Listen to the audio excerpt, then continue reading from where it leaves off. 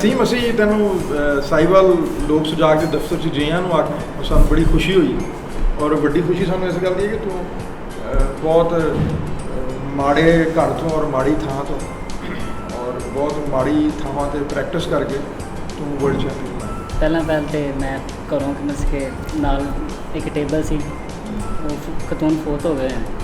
ਉਹਨਾਂ ਦਾ ਸਟਾਰਟ ਹੋਇਆ ਛੋਟਾ ਜਿਹਾ ਟੇਬਲ ਸੀ, ਉਦੋਂ ਇੰਨੀ ਉਮਰ ਵੀ ਨਹੀਂ ਸੀ। ਉਸ ਤੋਂ ਬਾਅਦ ਫਿਰ ਮੇਰੇ ਬੜੇ ਭਾਈ ਮੈਨੂੰ ਕਲੱਬਾਂ 'ਚ ਲੈ ਕੇ ਜਦੋਂ ਜਾਂਦੇ ਸਨ ਮੈਨੂੰ ਵੀ ਸ਼ੌਕ ਪੈਂਦਾ ਸੀ ਇਹਨਾਂ ਨਾਲ ਜਾਵਾਂ ਮੈਂ ਖੇਡਾਂ। ਅੱਛਾ, ਕਦੀ ਕੁੱਟ ਵੀ ਪੈਂਦੀ ਸੀ ਖੇਡਣ? ਕੁੱਟ ਮੈਨੂੰ ਮੇਰੇ ਵਾਲਦ ਸਾਹਿਬ ਨੇ ਕਦੀ ਨਹੀਂ ਮੈਨੂੰ ਕੁਛ ਕਿਹਾ, ਕਾਫੀ ਦੂਰ। ਅੱਛਾ ਦੱਸੋ ਜੀ, ਤੁਸੀਂ ਕਦੀ ਕੁਛ ਕਿਹਾ ਮੁੰਡੇ ਨੂੰ? ਨਹੀਂ ਜੀ, ਕਿਹਾ ਨਹੀਂ, ਵੈਸੇ ਦਬਕਾ ਦਬਕਾ ਮਾਰਿਆ। ਜਦੋਂ ਤੁਹਾਡਾ ਦਬਕਾ ਤਾਂ ਵੈਸੇ ਹੀ ਬੜਾ ਖੌਫਨਾਕ ਹੁੰਦਾ ਕਿਉਂਕਿ ਅਸੀਂ ਇਹ ਮਾਹੌਲ ਦੇਖਿਆ ਸੀ ਸਾਰਾ, ਇਸ ਲਾਈਨ 'ਚ ਗੁਜ਼ਰੇ ਸੀ, ਯਾਨੀ ਕਿ ਇਹਨਾਂ ਨੂੰ ਸਮਝਾਈਦਾ ਸੀ ਕਿ ਨਾ ਯਾਰ ਤੂੰ ਇਸ ਤਰ੍ਹਾਂ ਨਾ ਕਰ, ਸਟੱਡੀ ਕੰਟੀਨਿਊ ਕਰ, ਇਹ ਮਾਮਲਾ ਨਾ ਕਰ। ਇਸ ਤਰ੍ਹਾਂ ਦੀ ਇਹ ਐਕਟੀਵਿਟੀ ਠੀਕ ਨਹੀਂ ਆਉਣ ਵਾਲੀ ਸੋਸਾਇਟੀ 'ਚ। ਇੱਕ ਬਣਿਆ ਤੁਸੀਂ ਆਪ ਹੀ ਆ ਮਸਾਇਲ ਬਰਦਾਰ ਤੇ ਇਹਨੂੰ ਆਪਾਂ ਕਿਸ ਤਰ੍ਹਾਂ ਇਹਨੂੰ ਕਰ ਸਕਦੇ ਹਾਂ, ਰੋਕ ਸਕਦੇ ਹਾਂ? ਸਾਈਵਾਲ ਦੇ ਵਿੱਚ ਕੋਈ ਅਕੈਡਮੀ ਬਣਾਈ ਜਾਵੇ, ਉਹਦੇ ਵਿੱਚ 2-3 ਟੇਬਲ ਲਾ ਦਿੱਤੇ ਜਾਣ ਤਾਂ ਕਿ ਲੋਕਾਂ ਨੂੰ ਪਤਾ ਹੋਵੇ ਕਿ ਇੱਥੋਂ ਸਾਡੇ ਸਾਈਵਾਲ ਦੇ ਵਿੱਚ ਇੱਥੇ ਪ੍ਰੈਕਟਿਸ ਕਰਕੇ ਅਸੀਂ ਅੱਗੇ ਜਾਣਾ।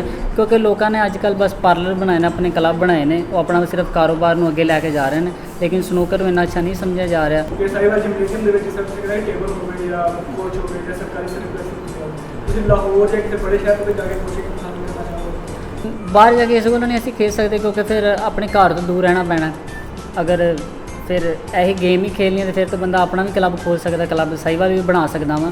ਲੇਕਿਨ ਫਿਰ ਵਰਲਡ ਚੈਂਪੀਅਨ ਬਣਨ ਦਾ ਫਾਇਦਾ ਨਹੀਂ ਹੈ ਕਿ ਮੈਂ ਆਪਣਾ ਕਲੱਬ ਬਣਾ ਕੇ ਫਿਰ ਆਪਣੇ ਕਲੱਬ 'ਚ ਹੀ ਬੈਠਾ ਰਹਾਂ, ਫਿਰ ਆਪਣਾ ਕਾਰੋਬਾਰ ਹੀ ਮੈਂ ਕਰਾਂ। ਤੂੰ ਸਾਈਵਾਲ ਸੈਂ, ਤੂੰ ਲਾਹੌਰ ਦੀਆਂ ਟੇਬਲਾਂ 'ਤੇ ਜਾ ਕੇ ਖੇਡਿਆ, ਉੱਥੇ ਕੋਚ ਮਿਲਿਆ ਤੇ ਤੂੰ ਇਸ ਤਰ੍ਹਾਂ 'ਤੇ ਚਲਾ ਗਿਆ ਕਿ ਉੱਥੇ ਚਲਾ।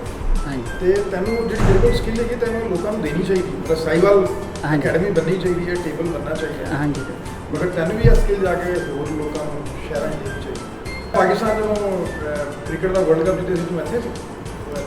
ਜਦੋਂ ਹਾਂਜੀ, ਮੈਂ ਇੱਥੇ ਸਾਂ, ਮੈਂ ਵੀਡੀਓ ਵੀ ਦੇਖੀ ਸੀ ਜਦੋਂ ਉਹਨਾਂ ਦਾ ਕਰਾਚੀ। ਉਦੋਂ ਵਜ਼ੀਰ ਆਜ਼ਮ ਨੇ ਅਨਾਉਂਸ ਕੀਤਾ ਸੀ ਕਰੋੜ ਰੁਪਇਆ ਦੇ ਰਹੇ ਹਾਂ ਹਰ ਪਲੇਅਰ ਨੂੰ। ਹਾਂਜੀ। ਤੇਰੇ ਲਈ ਕਿਸੇ ਨੇ ਅਨਾਉਂਸ ਨਹੀਂ ਕੀਤਾ? ਨਹੀਂ ਜੀ, ਮੇਰੇ ਲਈ ਤਾਂ ਇਹ ਦੁੱਖ ਦੀ ਗੱਲ ਹੈ ਕਿ ਮੇਰੇ ਲਈ ਕੋਈ ਵੀ ਗੌਰਮੈਂਟ ਦਾ ਬੰਦਾ ਉੱਥੇ ਮੇਰਾ ਇਸਤਕਬਾਲ ਕਰਨ ਨਹੀਂ ਹੈ, ਸਿਵਾਏ ਮੇਰੀ ਫੈਡਰੇਸ਼ਨ ਤੋਂ, ਜਿਹੜੀ ਪਾਕਿਸਤਾਨ ਦੀ ਫੈਡਰੇਸ਼ਨ ਹੈ, ਉਹਨਾਂ ਨੇ ਮੈਨੂੰ ਬਹੁਤ ਜ਼ਿਆਦਾ ਸਪੋਰਟ ਕੀਤਾ। ਅਸੀਂ ਮੀਆਂ ਸਾਹਿਬਾਨ ਨੂੰ ਕਹਾਂਗੇ ਕਿ ਤੁਹਾਨੂੰ ਵੀ ਕਰੋੜ ਰੁਪਇਆ ਦੇ, ਜਿਸ ਤਰ੍ਹਾਂ ਨੇ ਅਲਹਮਦੁਲਿਲਾ ਸਾਰਿਆਂ ਨਾਲੋਂ ਜ਼ਿਆਦਾ ਮੈਡਲ ਸਾਡੀ ਸਨੂਕਰ ਨੇ ਲਏ ਨੇ ਮਾਸ਼ਾਅੱਲਾ। 10 ਦਿਨਾਂ ਦੇ ਵਿੱਚ ਅਸੀਂ 2 골ਡ ਮੈਡਲ ਲੈ ਕੇ ਆਏ, ਉਸ ਤੋਂ ਇਲਾਵਾ ਬ੍ਰੌਂਜ਼ ਅਲੱਗਾ ਨੇ। ਪਹਿਲੇ ਤੇ ਹੁੰਦਾ ਸੀ ਨਾ ਕਿ ਮੁੰਡਾ ਪਤਾ ਨਹੀਂ ਗਲਤ ਪਾਸੇ ਟੁਰ ਪਿਆ ਹੈ, ਕੋਈ ਗਲਤ ਕੰਮ ਕਰ ਰਿਹਾ ਹੈ, ਫਿਰ ਭਰਾਵਾਂ ਨੇ ਸਪੋਰਟ ਕੀਤੀ ਉਹਨੂੰ। ਤੇ ਹੁਣ ਮਤਲਬ ਉਹ ਐਡਾ ਹੁਣ ਕੀ ਮਹਿਸੂਸ ਹੁੰਦਾ ਹੈ? ਨਹੀਂ, ਹੁਣ ਤੇ ਅਲਹਮਦੁਲਿਲਾ ਜੀ ਬਹੁਤ ਖੁਸ਼ੀ ਹੋਈ ਇਹਨੂੰ ਦੇਖ ਕੇ, ਇਹਦਾ ਇਸਤਕਬਾਲ ਦੇਖ ਕੇ ਮੈਨੂੰ ਬਹੁਤ ਖੁਸ਼ੀ ਹੋਈ, ਬਹੁਤ ਦਿਲ ਖੁਸ਼ ਹੋਇਆ ਕਿ ਯਾਰ ਤੂੰ ਛੋਟੀ ਜਿਹੀ ਉਮਰ ਦੇ ਵਿੱਚ ਬਹੁਤ ਕਾਰਨਾਮਾ ਅਦਾ ਕੀਤਾ। ਬਾਕੀ ਮੁਲਕਾਂ ਦੇ ਖਿਡਾਰੀਆਂ ਨਾਲ ਸਾਡਾ ਇੰਟਰੈਕਸ਼ਨ ਹੋਇਆ ਹੋਏਗਾ ਖੇਡ ਦੇ ਦੌਰਾਨ, ਡਿਫਰੈਂਸ ਕੀ ਤੁਹਾਨੂੰ ਲੱਗਿਆ ਕਿ ਸਾਈਵਾਲ ਪਾਕਿਸਤਾਨ ਦੇ ਖਿਡਾਰੀਆਂ 'ਚ ਤੇ ਬਾਕੀਆਂ 'ਚ ਕੀ ਉਹਨਾਂ ਦਾ ਕੀ ਹਕੂਮਤ ਕਿਸ ਤਰ੍ਹਾਂ ਕਰਦੀ ਹੈ? 60 ਟੇਬਲ ਲੱਗੇ ਸੀ ਜਿੱਥੇ ਉਹ ਪ੍ਰੈਕਟਿਸ ਕਰਦੇ ਨੇ, ਤੇ ਉਹਨਾਂ ਦੇ ਲੜਕੇ ਤਕਰੀਬਨ 50-60 ਹੋਣੇ ਨੇ ਜਿਹੜੇ ਹਰ ਟਾਈਮ ਪ੍ਰੈਕਟਿਸ ਕਰਦੇ ਨੇ, ਫਰੀ ਖਾਣਾ ਪੀਣਾ ਉਹਨਾਂ ਦਾ ਫਰੀ, ਹਰ ਚੀਜ਼ ਉਹਨਾਂ ਦੀ ਫਰੀ ਹੈ।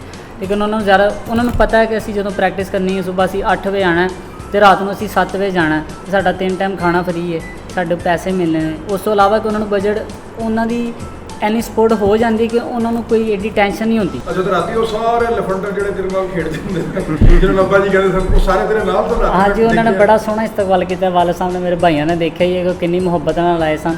ਉਹਨਾਂ ਨੇ ਬਹੁਤ ਜ਼ਿਆਦਾ ਪੁਰਜੋਸ਼ ਹੋ ਕੇ ਆਏ ਨੇ। ਉਹਨਾਂ ਦਾ ਖਿਆਲ ਕਰਨਾ। ਦੇਖ ਫੇਵਰਟ ਆਂਟੀ ਜਿਹੜੀ ਜਿਹਨੇ ਬਹੁਤ ਕਿਹਾ ਸਾਡਾ ਦੇਖੋ ਜੀ ਮੁੰਡਾ ਬੜਾ ਫੇਵਰਟ ਕਲਰ ਹੁੰਦੇ ਨੇ, ਆਂਟੀਆਂ ਦਾ ਨਹੀਂ ਪਤਾ।